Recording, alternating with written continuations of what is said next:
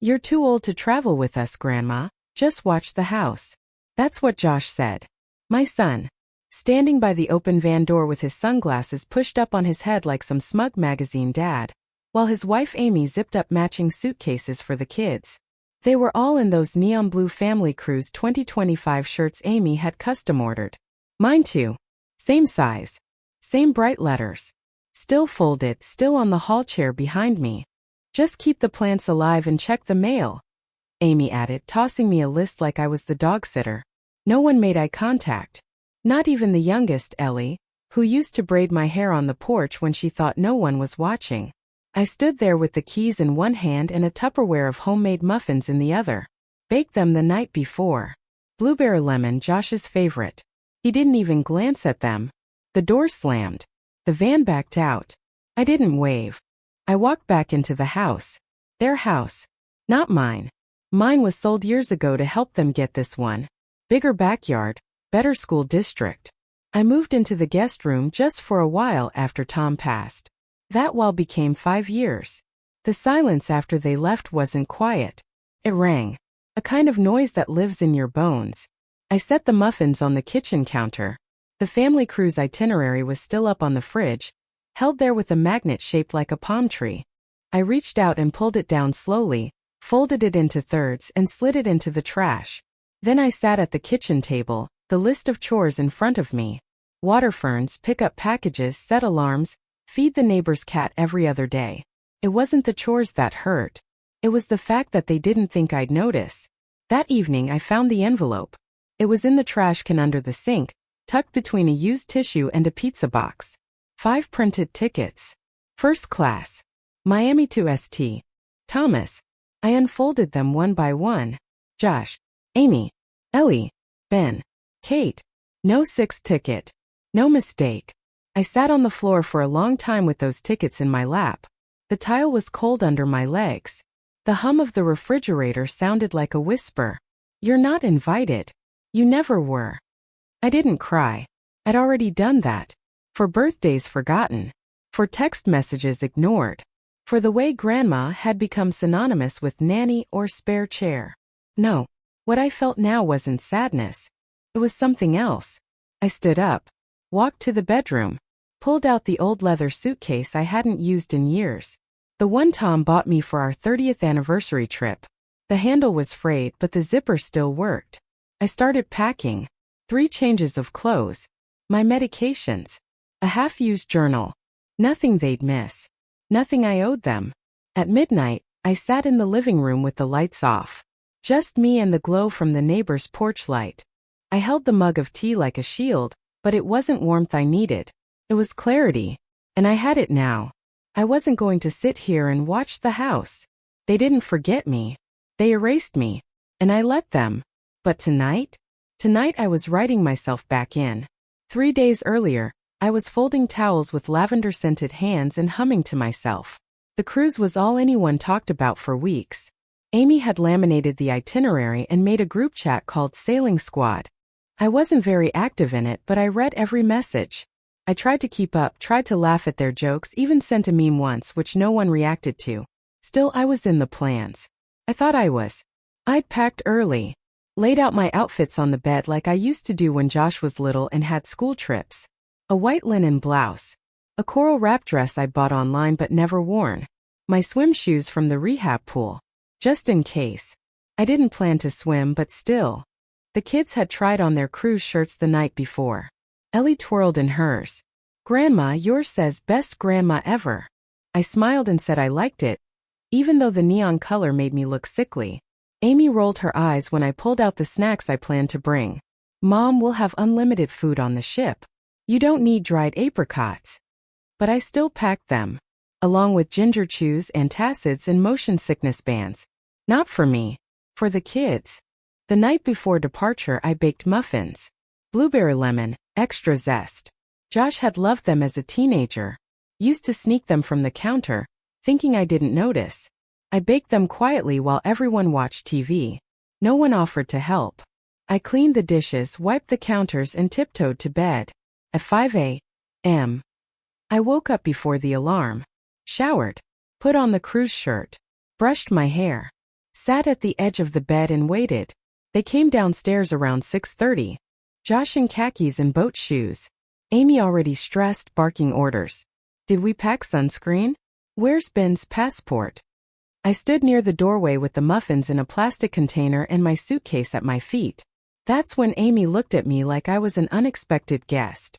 Oh, she said. You're up. Josh didn't even notice my shirt. Mom, we've got the Uber coming in 10. You're good to hold down the fort, right? My mouth went dry. I thought I was coming. Amy blinked. Oh, honey. It's just, well, you know how hard it is traveling with kids. And there were issues with ticket availability. We thought it'd be easier if you stayed back this time. You'll have the whole house to yourself. Mini vacation. Josh chimed in, casual as ever. You're too old to travel with us, Grandma. Just watch the house. Then they left. And I stood there, Cruise shirt clinging to my skin like a second betrayal. I had done everything right. Saved. Cooked. Watched their children when they went to Napa. Paid for the home security system they now wanted me to monitor. I had been the extra hands. The safety net. The silent helper. They didn't just leave me behind. They planned it. And I had helped. That morning I peeled off the shirt, folded it and shoved it in a drawer. I opened my browser and searched bus station schedule. Not train. Not plane. Bus. Something real. Something grounded. I didn't know where I was going yet. But I knew one thing. You're not dead. But we already live without you. That's what their actions said. So maybe it was time I learned to live without them too. I don't know what made me open the trash can under the sink that morning. Maybe it was muscle memory, cleaning up after a family no longer present. Maybe I was looking for something I didn't yet want to admit existed. But there they were. 5 cruise tickets folded and tossed carelessly between a used napkin and an empty protein bar wrapper. I pulled them out slowly, smoothing the creases with trembling fingers. Josh, Amy, Ellie, Ben, Kate, all first class. Reserved seats. Prepaid excursions. No mention of me. The tickets had been printed a week ago. A week. So they knew. All the while I was baking, folding, preparing. They knew I wasn't going. They smiled at me with that lie in their mouths. Amy had even asked if I'd remembered to pack extra sunscreen for the kids. Like I was still part of the equation. I wasn't. I was a placeholder. A house sitter in a best grandma ever t-shirt.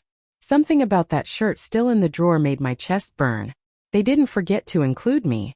They planned around my absence. You helped. But now you're in the way. I sat at the kitchen table with the tickets lined up in front of me. Each name felt like a cut. Tiny, clean, surgical. The second twist came when I opened my banking app. I don't usually check it. I live frugally, mostly on my pension and the leftovers of Tom's life insurance. But something made me look. And there it was. A $2,000 charge from a travel agency. Same date as the ticket printout. My name wasn't on the reservation. But my card was. They used my account to book the trip that didn't include me. Not a mistake. Not a misunderstanding. A removal. Funded by the removed. That's when the ground shifted. Not just under my feet but inside my spine. Something that had been hunched for years straightened. My body remembered its own center. I stood up. Walked to the guest room. Pulled open the nightstand drawer. There was an envelope there I hadn't touched in years. Inside was a key, an old photo, and a slip of paper with a Portland address in Tom's handwriting. It was where we lived for 6 months when we first got married. Before the kids. Before the compromises. Back when I was still a whole person, not a role. I packed what I needed. Not much. Just enough to remind myself I existed before them. Then I went to the hall closet and pulled out the cash envelope labeled, "For emergencies." That was the name I gave it. This was an emergency. Not fire or flood. Identity. When your reflection in the people you love disappears, it's not a loss. It's a signal. You're being rewritten. As background. As afterthought. As obligation. I wasn't erased. I was edited out. I walked out the front door and didn't look back. Not because I was brave. Because I was done begging to be seen. The bus station was only 20 minutes away. I didn't call a cab. I walked. Slowly. Every step saying something I hadn't dared before. I am not spare. I am not extra. I am not yours to shelve when I no longer serve. The Greyhound station was a 20-minute walk, but I took the long way. Past the library, down Maple where Tom and I used to drive on Saturdays, before his hands started trembling too much to steer. I didn't rush. I wasn't escaping. I wasn't running. I was stepping out of a room that had been slowly shrinking around me for years. Inside the terminal, the smell hit first. Coffee gone bitter, gum on old carpet, the size of people waiting for movement. A young man behind the plexiglass asked if I wanted round trip. No, I said. Just one way. Portland. He glanced up. I could see it, his brain trying to slot me into the categories he knew. Lost grandma. Confused traveler. But I looked back at him until he dropped his eyes and took my card. The seat I picked was by the window. Not that I cared about the view. I just didn't want to talk. Across from me, a girl about 19 scrolled through her phone with chipped purple nails and earbuds that blinked blue every 10 seconds. I watched the blinking for a while.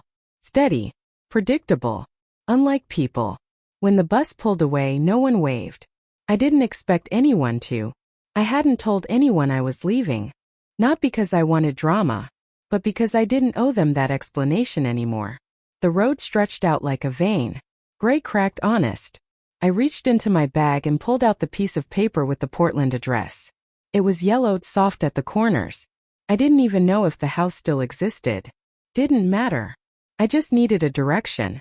Halfway through the ride, we stopped at a small-town diner for a break. I sat at the counter and ordered coffee. The waitress poured it without looking at me. Cream? She asked flat. No, I said. Just strong. She looked up at that. Gave me a real look. You from around here? Not anymore. That seemed to satisfy her. She nodded and moved on. On the way back to the bus, I passed a newspaper stand. I hadn't read a physical paper in years, but I bought one anyway. Something about the ink on my fingers made me feel solid again. Back on the bus, I didn't open it. I just held it across my lap like armor. We pulled into Portland close to midnight. The city looked smaller than I remembered. Or maybe I was just seeing it without the filter of youth and hope. I stepped off the bus and into the cool air. It smelled like rain and asphalt. Real. Wet. Unapologetic. Outside, a cab driver leaned against his car, smoking. He glanced my way. Need a ride? He asked. Yes. Where to? I hesitated, then read the address aloud. He whistled. That's old Portland. You sure it's still there? No, I said. But I'm going anyway. He popped the trunk. Then let's go, lady. The ride was quiet, except for the sound of the meter ticking. I stared out the window, watched the city slide past. So many things were unfamiliar. But that was the point.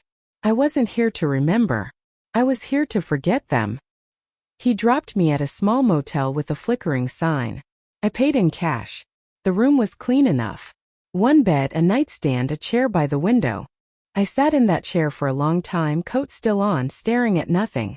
Then I whispered it out loud. I didn't leave. I just stopped returning.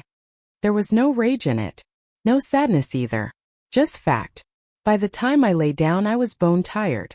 Not from travel, but from carrying the weight of being disposable for so long. Sleep came easy. Not because I was comfortable. Because I was finally alone on purpose. The motel coffee tasted like burnt regret, but I drank it anyway. I sat by the window watching the sky shift from bruised blue to pale gray.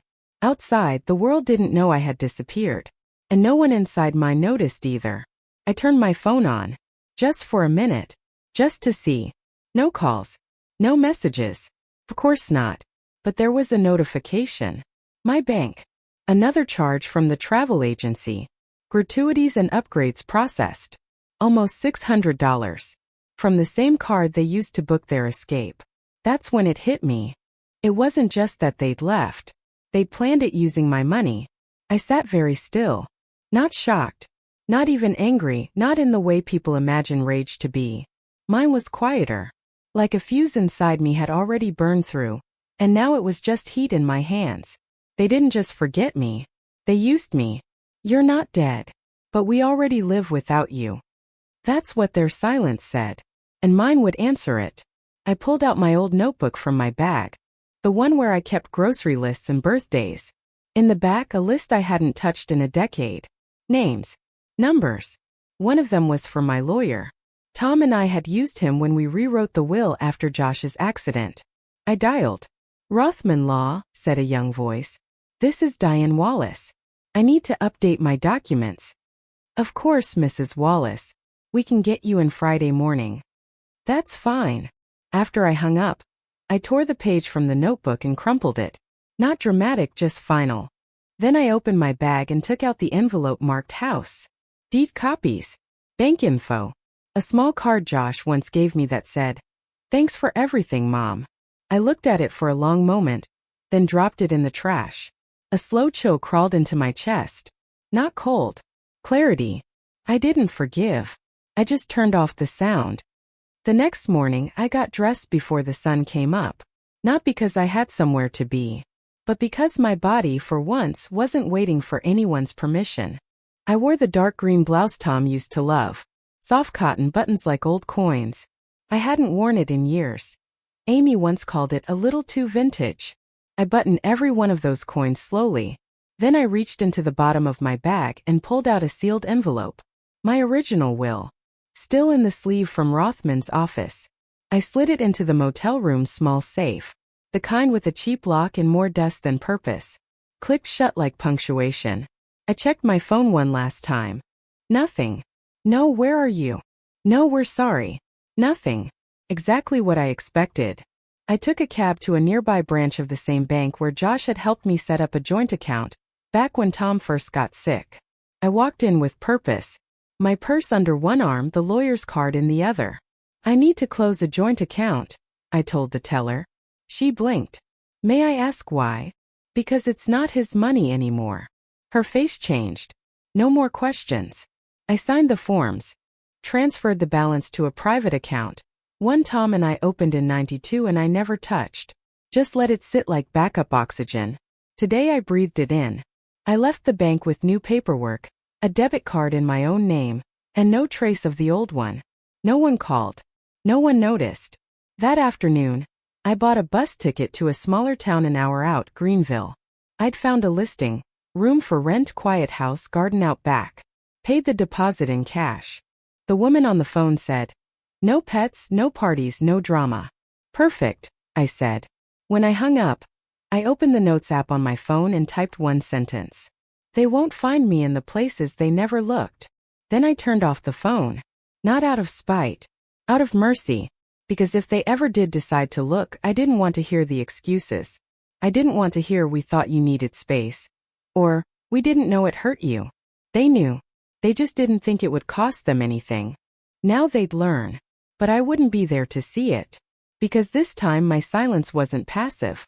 It was a door closing. And I was on the other side. I arrived in Greenville just before dusk. The town looked like a faded memory, wide streets, peeling paint, quiet porches. The kind of place where everyone minds their own business unless you stay too long at the diner. The house was smaller than I expected. A single-story blue clapboard with mismatched shutters and a crooked mailbox. I knocked twice. A woman in her 60s opened the door with a dish towel slung over her shoulder. "You Diane?" "I am." She nodded and stepped back. "Room's at the end of the hall. We'll settle rent after supper." The room was small but clean. Twin bed, dresser, window that looked out on a lemon tree. I unpacked slowly, 3 shirts, 2 pairs of slacks, and the paperback I never finished. I folded each item like I was filing something away for good. At dinner, we sat in a linoleum kitchen with creaky chairs. She served soup and grilled cheese. No small talk, just a quiet nod when I said thank you. Halfway through the meal, she finally looked up. "You look like someone who just let go of something heavy." I didn't answer right away. "People think leaving means you're angry," she continued. "But sometimes it just means you're done whispering in rooms where no one hears you." I met her eyes. "Exactly." She nodded. "Then you'll be fine here." After dinner, I walked 2 blocks to a small grocery. The clerk rang up my tea and canned peaches without looking up, until he did. "You're new?" "Yes."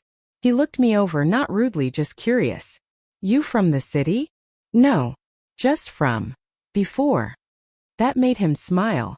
"You look like someone who finally picked herself." Back at the house, I sat in the backyard with a blanket around my shoulders.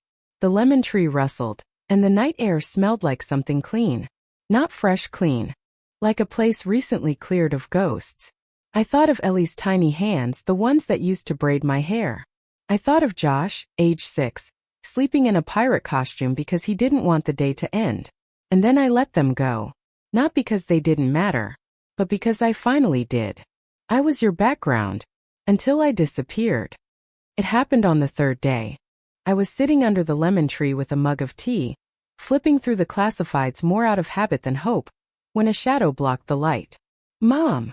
Josh. His voice was quieter than usual. No commands. No casual sarcasm. Just one syllable, floating there like it expected forgiveness to follow. I didn't look up right away. Diane. Amy's voice. Higher, brittle. I turned the page in the paper. Slowly. Deliberately. Then I set it down on my lap and met their eyes. They looked like travelers who took the wrong exit. He hadn't shaved. Her face was flushed. The kids weren't with them. We've been calling, Josh said. I turned it off. He hesitated. We didn't know where you went. I know. Amy stepped forward. Look, maybe we. I raised a hand. Silence. It wasn't dramatic. It wasn't angry. It was a silence full of things they would never hear again. And they felt it. Josh looked down at the grass. Ellie cried when she saw you weren't home. She'll forget. My voice was even. Kids forget who's not there if no one reminds them. He flinched. Amy opened her mouth again, but I stopped her with a sentence I'd never used on them before. Now you know what it sounds like when someone who always showed up doesn't. There was no scene. No tears. I didn't offer coffee. I didn't ask about their trip. I didn't ask why they only noticed my absence when it became inconvenient. Because I already knew. They weren't here for me. They were here for the version of me that stayed useful. That version was gone. Amy whispered. We just thought you needed rest. No, I said. You thought I wouldn't move. Josh looked up. So that's it. No. This is the beginning. I stood, folded the newspaper, and walked past them back into the house. My spine was straight. My pace steady. I didn't slam the door. I closed it softly. Final things don't need to be loud. They tried calling the next day. The phone buzzed once on the table before I turned it off again. That was the last time I let it ring.